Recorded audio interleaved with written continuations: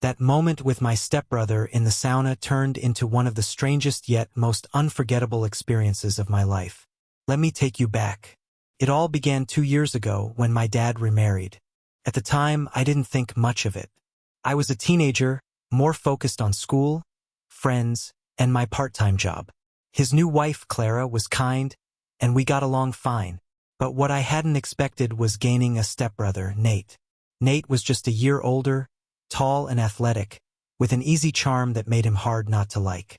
From the start, he treated me more like a friend than a sibling. Our relationship quickly settled into a mix of teasing banter and genuine camaraderie. 2 years later, we were closer than I'd ever imagined. We weren't the kind of step-siblings who avoided each other or fought over petty things. Instead, we shared inside jokes, helped each other with schoolwork, and hung out even when we didn't have to. So when Nate suggested we spend a week at the family cabin, one last break before school started, I didn't hesitate. The cabin sat tucked in the woods beside a calm lake, far enough from the city to feel like an escape, but close enough to a small town for supplies. For Nate, it was a place full of childhood memories. For me, it was still new. I'd only been there once in winter, when the lake was frozen and the trees stood under a blanket of snow.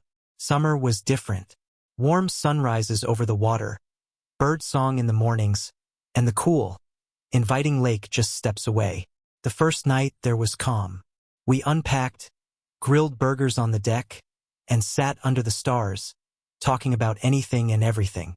Nate had a way of making conversations feel easy, his confidence balanced by a genuine openness. By the time we went to bed, I felt a peace I hadn't felt in a long while. The next day was scorching, the kind of heat that seemed to weigh down the air. We spent the morning kayaking, then decided to take it easy. That's when Nate suggested the sauna. He'd been excited about it ever since our parents had it installed earlier that year. I'd never been a fan of saunas, they always felt like more of an endurance test than relaxation, but his enthusiasm was contagious. "Trust me," he said with a grin, slapping my back as we grabbed our towels. "Best way to recover after a workout. You'll feel amazing." "If you say so," I replied, rolling my eyes but smiling all the same. The sauna was a small wooden structure behind the cabin, blending perfectly with the trees around it. Inside, the air hit me like a wave, thick and hot, instantly bringing a sheen of sweat to my skin. We set our towels on the benches and sat, the warm wood beneath us. The only sound was the soft crackle from the heater. "This is the life," Nate said, leaning back with his eyes closed. No distractions. No stress, just peace. I wasn't sure I agreed, but after a few minutes, I started to relax. The heat wrapped around me like a heavy blanket, and the stillness felt almost meditative. After about 10 minutes, Nate spoke again, his voice quieter now. "You know, this was always my favorite spot when I was younger. Whenever things got crazy at home, I'd come here and just breathe." I glanced at him, caught off guard.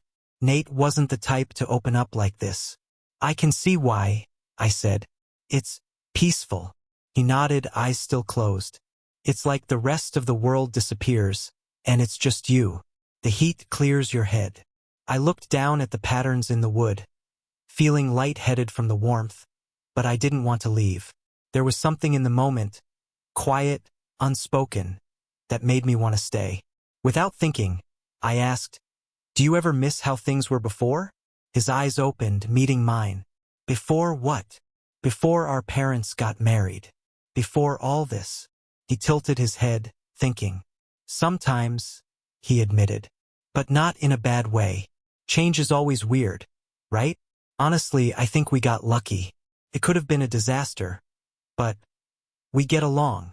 I smiled, faintly. "Yeah, I guess we did." The words seemed to linger between us, heavier now.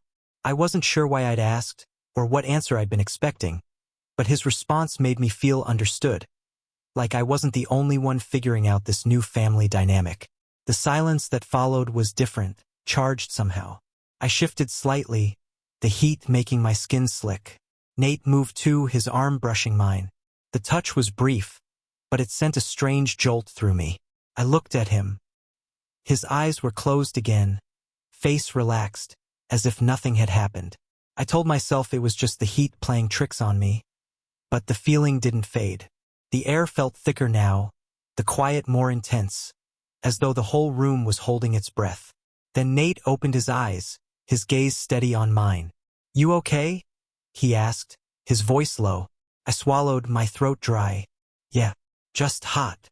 Nate smirked, his usual confidence slipping back into place. "That's the point, bro. You'll get used to it."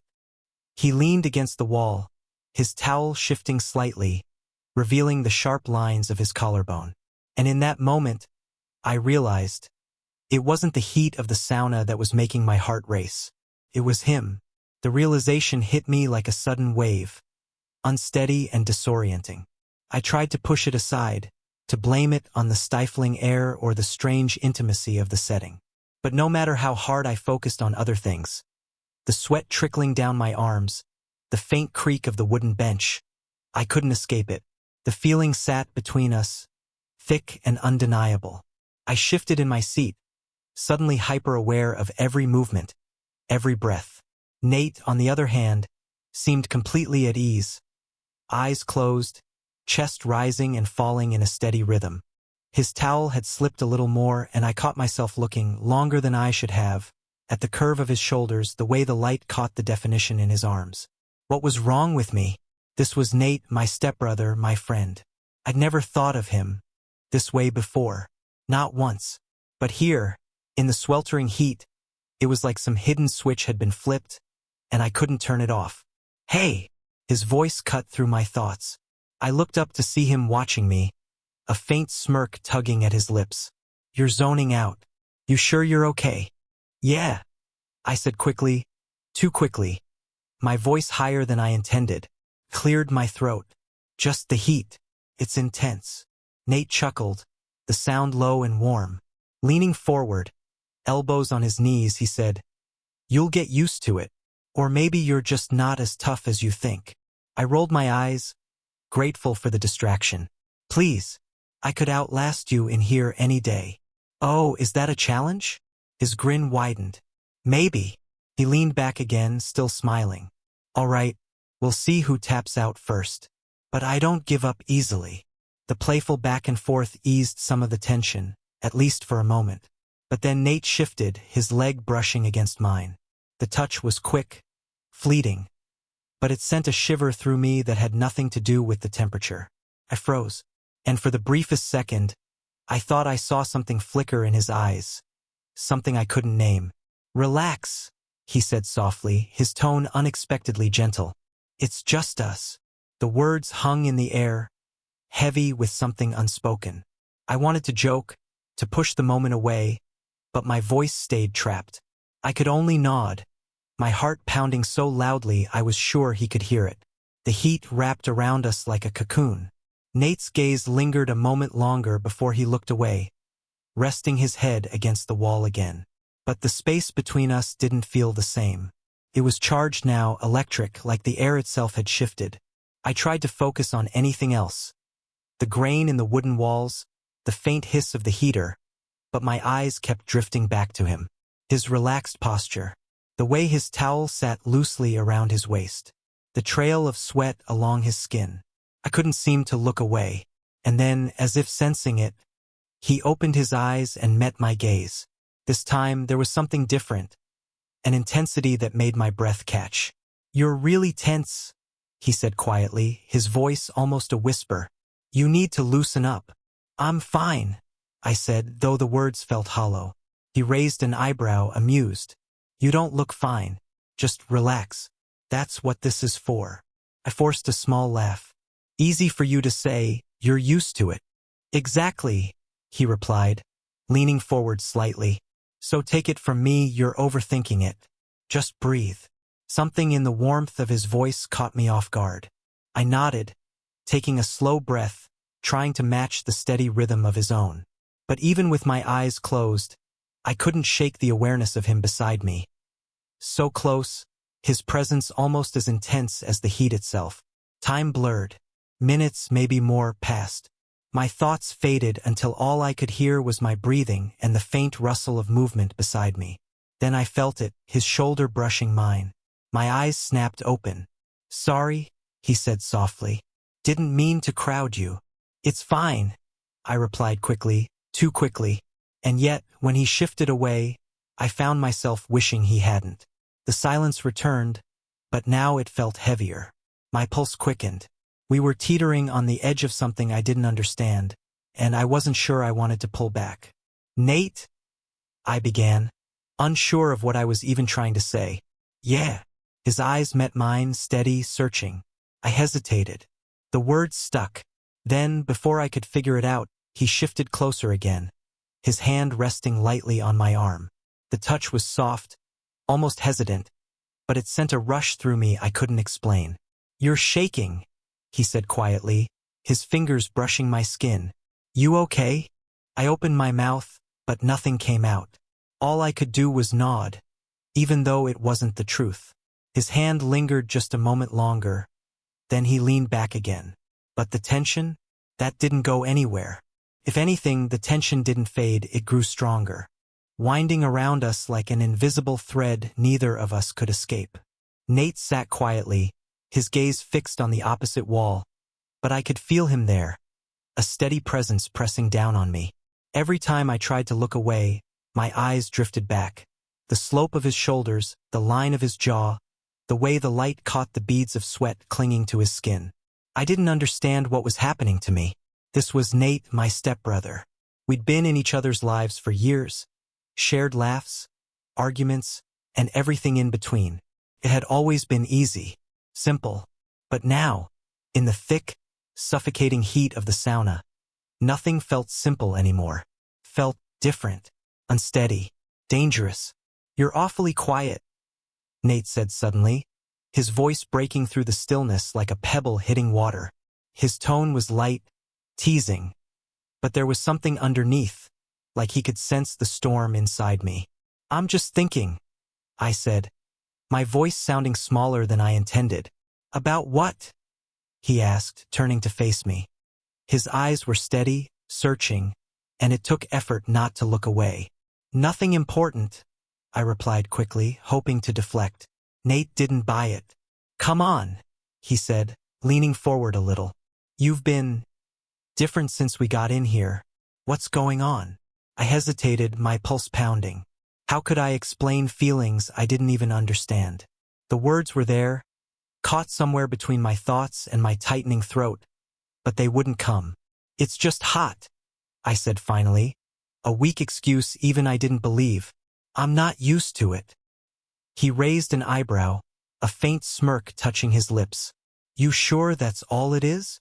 "Yeah," I said too quickly. "Of course." For a moment, he just looked at me, unreadable. Then, without warning, he leaned back, stretching his arms along the bench on either side. The movement was slow, casual, yet it felt deliberate, like he was testing the space between us. "You're acting weird," he said lightly, though his eyes stayed sharp. "It's not like you." I forced a laugh. "Maybe the heat's getting to me." "Maybe," he said, his gaze lingering a little longer before drifting away. The smirk stayed, and I couldn't shake the feeling that he knew more than he was saying. The minutes dragged, each one stretching longer than the last. I tried to focus on the heat, the faint hiss of the sauna heater, anything to keep my thoughts from spiraling. But every time Nate shifted or his arm brushed against mine, the tension came rushing back stronger. Finally, I couldn't take it anymore. The room felt too small, the air too heavy.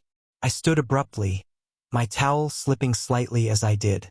"I think I need some fresh air," I said, my voice shaky. Nate looked up, his expression unreadable. For a moment, I thought he might say something, but he only nodded. There was something in his eyes, a flicker I couldn't name. "Don't stay out too long," he said, his tone almost teasing. "You might miss the best part." I didn't answer. I just stepped out into the night. The cool air hit me instantly, a rush of cold against overheated skin that sent a shiver through me. I breathed deeply, the crisp night filling my lungs, clearing my head, at least a little. Above, the stars shone bright, their light shimmering across the still surface of the lake. For a moment, I stood there, letting the quiet settle over me. But even here, away from the heat, I couldn't escape my thoughts. Nate's words echoed in my head. The best part. I didn't know what he'd meant, but the way he'd said it, the look in his eyes, it twisted in my stomach in a way I couldn't explain. I didn't know how long I stood there before the chill began to seep in. With a deep breath, I turned back toward the sauna. Each step felt slow, deliberate. The closer I got, the heavier the air seemed, as if the tension had soaked into the wooden walls themselves. When I stepped inside, Nate was still where I'd left him, eyes closed, head tilted back. But as the door clicked shut, his eyes opened, and he turned to look at me. "Feeling better?" he asked. His tone was light, but his gaze carried weight. "Yeah," I said quietly, sitting back down. "I just needed a breather." "Good," he said, leaning forward slightly. "Because I think we should talk." I froze. "About what?" His gaze didn't waver. "About whatever's going on with you. You've been acting different all night, and I want to know why." "There's nothing going on," I said quickly, though even to my own ears it sounded hollow. "Come on," he said, his voice softer now. "You can talk to me. You know that, right?" Something in his sincerity caught me off guard. For a moment, I almost told him the truth. The thoughts I couldn't shake, the feelings I couldn't name. But fear held me back. "I'm fine," I said instead, forcing a smile. "Really?" Nate studied me for a long moment, his expression unreadable. Then, with a small shake of his head, he leaned back against the wall. "All right," he said, his tone light but his eyes still sharp. "If you say so." But the tension in the room didn't fade. If anything, it grew stronger, wrapping around us like a second skin. As I sat there, the heat of the sauna mixing with the heat of Nate's gaze, I realized this was far from over. The air felt heavy, almost suffocating. We sat in silence, the tension between us almost tangible. I could feel his eyes on me, even as I stared straight ahead, trying to focus on the wooden slats of the wall, the steady hiss of the heater, anything but him. But no matter how hard I tried, I couldn't ignore the weight of his presence beside me. "You know," Nate said after what felt like an eternity, his voice breaking through the silence, "you're really bad at pretending nothing's wrong." I turned to him, my pulse skipping a beat at the intensity in his gaze. "What are you talking about?" "You," he said simply, leaning forward, elbows resting on his knees. "You've been off all night. You're not yourself, and I can tell something's bothering you." "I'm fine," I said quickly, sharper than I intended. "Really?" Nate tilted his head, studying me with a faint smirk. "You're a terrible liar. You know that?" "I'm not lying," I insisted, but even as the words left my mouth, I knew they sounded hollow. "Okay," he said, sitting back and crossing his arms. "If you say so." The silence that followed was deafening. My pulse pounded in my ears. My palms were damp against the towel wrapped around my waist. I wanted to say something, anything, to break the tension, but my mind was a jumble of thoughts I couldn't untangle. Finally, Nate spoke again, his tone softer. "You know you can talk to me, right? Whatever it is, I'm not here to judge." His words caught me off guard, and for a moment, I almost told him everything. The confusion, the frustration, the strange pull I couldn't explain. But the thought of how he might respond stopped me. "It's nothing," I said quietly, my gaze fixed on the floor. "I promise." Nate sighed, disappointment written in his posture. "All right," he said, his tone resigned. "If you're not ready to talk, I'll drop it. But I'm here if you need me." I nodded, not trusting myself to speak. The silence between us stretched on until Nate finally stood. "I'm going to grab some water," he said casually. "You want anything?" "No, I'm good," I murmured. He gave a small nod and stepped out, the door closing with a soft click. As soon as he was gone, I let out a shaky breath, my hands trembling. The room felt too quiet without him. The absence of his presence only amplified the chaos in my head. What was wrong with me? I ran a hand through my hair, the sauna's heat doing nothing to calm the storm inside me. I needed to focus, keep things normal, keep our friendship intact. But as the minutes ticked by and Nate didn't return, I couldn't shake the feeling that something had shifted, and a part of me wasn't sure I wanted things to go back to the way they were. When the door finally opened, I looked up, expecting him to have a bottle of water. Instead, he stood there empty-handed. His gaze locked on mine with an intensity that made my breath catch. "Nate," I said, my voice unsteady. "What's going on?" He didn't answer right away. He stepped inside and closed the door, the soft latch clicking into place, sending a ripple of unease through me. His expression was unreadable, a mix of determination and something else I couldn't place. "I've been thinking," he said slowly, voice low, "and I can't just sit here and act like nothing's happening." I blinked, my pulse racing. "What do you mean?" "I mean," he said, taking a step closer, "I've noticed it too, the way you've been acting, the way you look at me when you think I'm not paying attention. And it's not just you. I've been feeling it too." My breath caught. "Nate, don't," he said gently, cutting me off. "Just stop pretending. We're friends. We can talk about this." I wanted to deny it, to tell him he was wrong, but the look in his eyes told me he already knew the truth.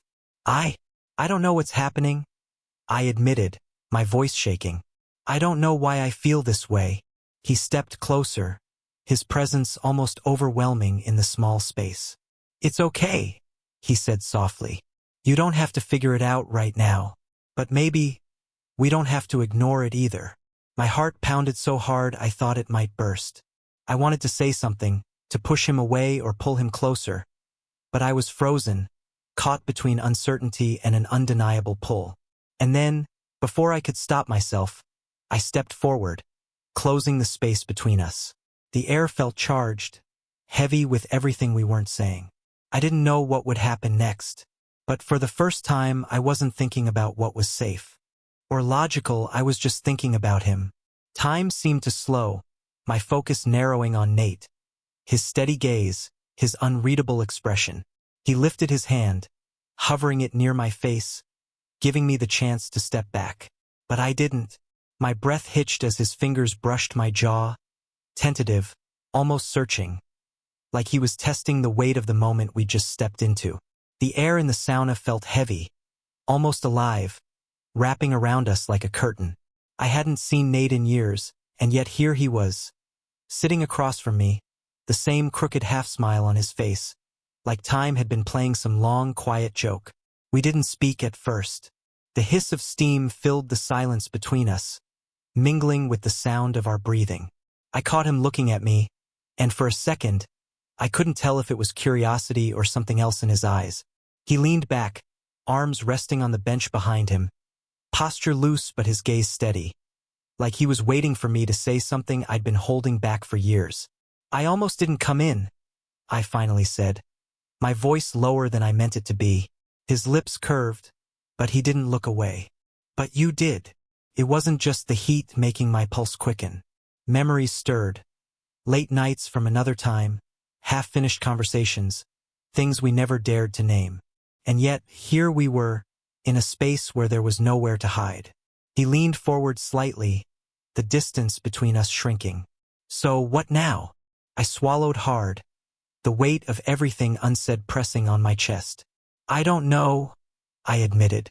For a long moment, neither of us moved. The steam swirled around us, blurring the edges of the room, until it felt like we were the only two people in the world.